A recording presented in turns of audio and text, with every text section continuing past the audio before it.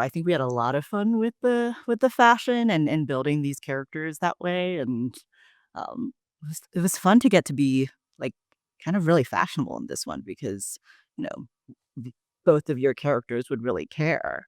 So yeah. But even more than us, I feel background also has some incredible. There, a lot of the comedy is just in the outfits of the people who are coming to the show. It's really, really wonderful. So colorful. Talk to me about the story of deciding to do this movie. What was the very first little inkling? Well, we got this amazing spec script from James Peterson, my co-writer, and out of his weird brain sprouted the original concept of the film and this idea, this satire on the art world. And I think I really connected to it because it's just, you know, four women coming together to do something extremely naughty, but also fun. And I've been wanting to do something just about art and the creative process. And this was such an interesting story of being able to explore these themes, but in a way that, yeah, was super entertaining and funny. When you said you wanted to do something about like art and the creative process before you got the script, what was it specifically that you were wanting to like comment on at the time? Like, were you looking for a little bit of satire or? Absolutely. Well, I think as creatives, we're constantly dealing with the tension between art and commerce and, intention versus compromise. And so I've been thinking about that a lot. And I think the art world is really interesting because it's sort of a parallel universe in a way to what we do. But it's even more, I think the value, like who gets to ascribe value to a piece of art is super interesting. And so I've been really interested in the contemporary art world as a sort of metaphor for how you can talk about art today and what is value in the eye of the beholder. Is it the stories we tell? Is it the context in which something is you know framed? So those are some of the bigger questions that I just been that have been rolling around my head for a long time. And then the script came along and it just felt like, there it is. Natalie and Jenna, what was at the time of coming to this movie, like, what was your experience with the art world? Or like, what had been your interactions? Like, were you shopping for art ever? Kind of, yeah, where were you? When Cathy sent the script to me, I was very interested in the art world, but I didn't know that much about it at all. And was definitely reading the news from afar about the Banksy and the famous banana and those kind of like stunt art world things that make mainstream news. And it intrigued me to learn more for sure. And obviously I go see a lot of art in museums and galleries and stuff just as an appreciator of visual arts. But I didn't know about the market and the whole kind of commodification of it at all. Yeah, I would say something similar. I like to go to museums for, entertainment purposes or something to do or find inspiration somehow, but it wasn't a big part of my life at all.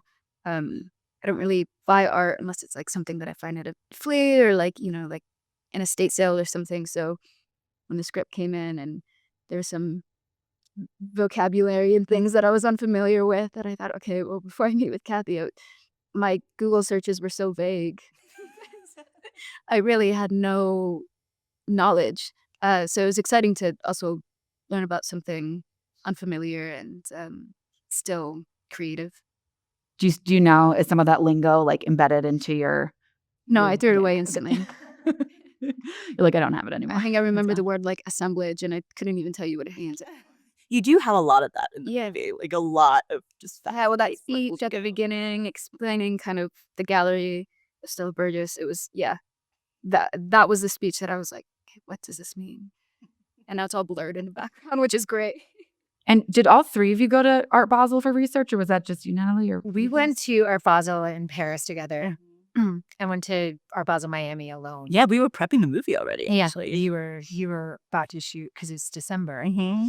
and it's just this amazing kind of parallel world that exists that you might not ever get access to because it is this kind of niche, but it's a huge huge niche. It's like really massive industry and really has its like own codes and secrets and intrigues, and it's really, really fascinating and fun.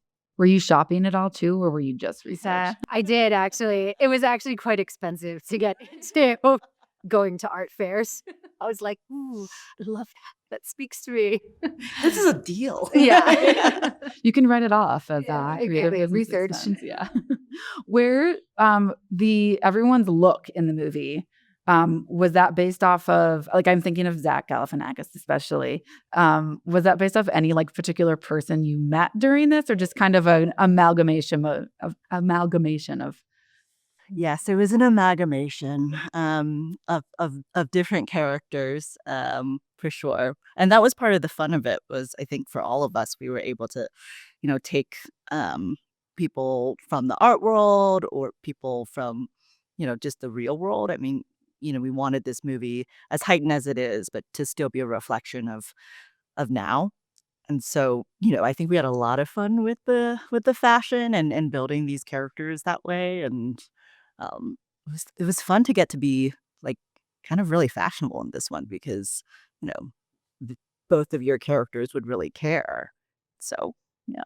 But even more than us, I feel background also has some incredible. A lot of the comedy is just in the outfits of the people who are coming to the show. It's really, really wonderful. So colorful.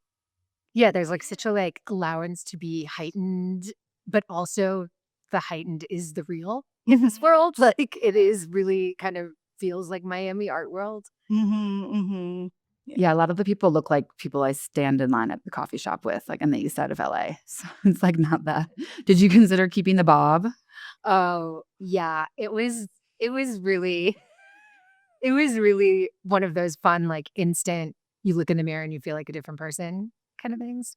It was Cathy immediately had this concept, I think, for the character. I mean, the tabby shoes were like written into the script was so clear and really Had to be tabbies. Yeah. Had to be tabbies. Had to find vegan tabbies. Yeah. Oh, is that what they? Yeah. I know she got two vegan actresses. Some demands. Oh, and then your shoes were also very specific too. Yeah, Ninja Turtle shoes. Yes. Do you still have them? No. Where did that happen to those? Yeah. No.